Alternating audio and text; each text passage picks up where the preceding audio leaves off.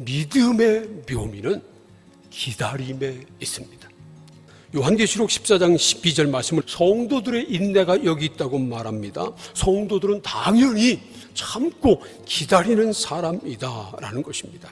그리고 성도들의 인내는요, 바로 하나님의 계명과 예수에 대한 믿음을 지키는 것이라고 그렇게 말씀합니다. 그래서 정말 힘든 시대를 살고 있었던 하박국 선지자에게 하나님께서 기다리라 말씀하신 것입니다. 그리고 하나님은 하박국에게 중요한 세 가지를 말씀하십니다. 첫 번째로 하나님의 묵시는 정한 때가 있다는 것입니다. 모든 일은 하나님이 정하신 때가 있고요, 하나님이 정하신 때가 되면 이루어집니다.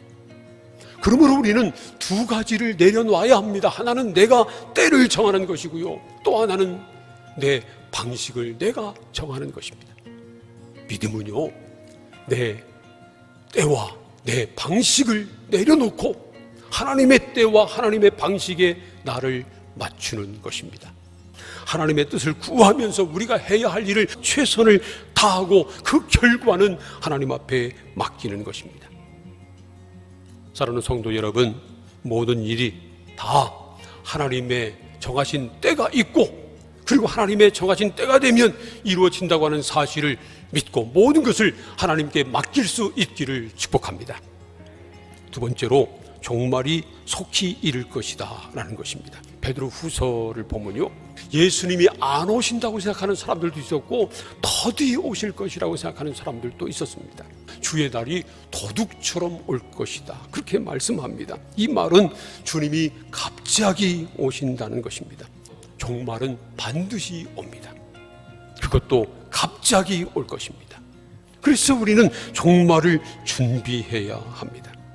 사랑하는 성도 여러분, 모든 일에 종말이 있음을 기억하고 항상 깨어서 종말을 준비하며 살아가는 지혜로운 하나님의 사람들이 되시기를 축복합니다. 세 번째로, 비록 더딜지라도 기다리라 하는 것입니다.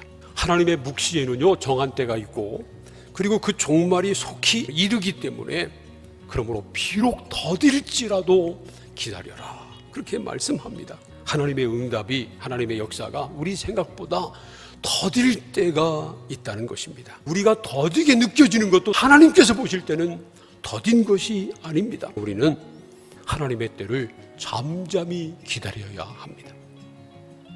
그러나 그냥 가만히 앉아서 기다리라고 하는 것은 결코 아닙니다. 우리는 주어진 사명을 감당하며 기다려야 합니다. 그래서 우리는 주님 앞에 설 때까지 가정을 지켜야 되고요, 생업을 지켜야 되고, 무엇보다 교회를 충성되게 섬겨야 합니다. 여러분, 우리 예수님께서 약속하신 대로 다시 오실 것을 믿으시기를 축복합니다. 우리 예수님은 다시 오십니다. 그것도 갑자기 오실 것입니다. 속히 오실 것입니다. 그러므로 우리는 주님을 기다려야 합니다. 깨어서 기다려야 합니다. 사랑하는 성도 여러분, 비록 더딜지라도 끝까지 믿음으로 참고 기다리는 믿음의 사람들 다 될 수 있기를 주님의 이름으로 축원합니다.